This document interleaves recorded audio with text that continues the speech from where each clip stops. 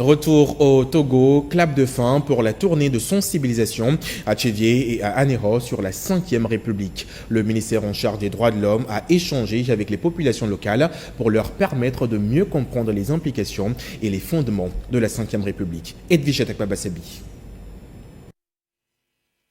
Le Togo a amorcé un tournant institutionnel majeur avec l'adoption le 6 mai 2024 de la nouvelle constitution.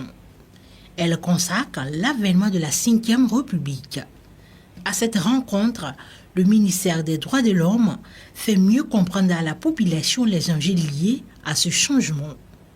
Une campagne de sensibilisation qui a réuni les leaders religieux, traditionnels et coutumiers ainsi que les acteurs politiques et syndicaux. Nous accordons véritablement un bel intérêt à la démarche qu'entreprend depuis quelques semaines le ministère des Droits de l'Homme à travers la tournée de sensibilisation sur le thème « S'engager à la 5e République ». On a été bien aguerris et surtout après plusieurs explications, on a compris aujourd'hui que le régime parlementaire est bénéfique pour le peuple togolais. Et nous, en tant que jeunes Togolais et représentant une partie du peuple, nous avons maintenant l'obligation d'accompagner l'initiative du gouvernement. Cette 5e République permet de consolider l'État, de faire le vivre ensemble, de renforcer la cohésion sociale. Une fois retournés chez nous, nous aussi, nous allons essayer d'expliquer à notre population le partage du pouvoir. À Tchévié, comme à Ného, le message reste constant. La 5e République introduit un régime parlementaire qui reconfigure l'organisation des pouvoirs publics.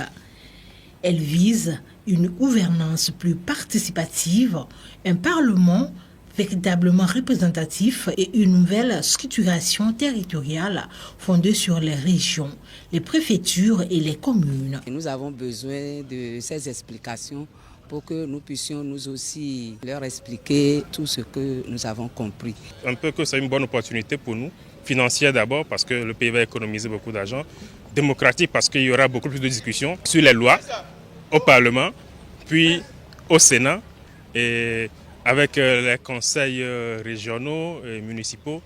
Il y aura plus de la voix citoyenne qui sera entendue, qui sera prise en compte dans les décisions. Cependant, la compréhension de ces réformes reste encore partielle au sein de la population, d'où la nécessité de cette initiative. Cette tournée de sensibilisation est une manière citoyenne de venir à la rencontre de nos populations pour encore une fois échanger sur ce que nous voulons pour cette 5e République qui pour nous apportera plus de démocratie, donnera plus de poids, de pouvoir aux députés, aux sénateurs, au Parlement, qui désormais sera le centre du pouvoir et contrôlera efficacement l'action du gouvernement.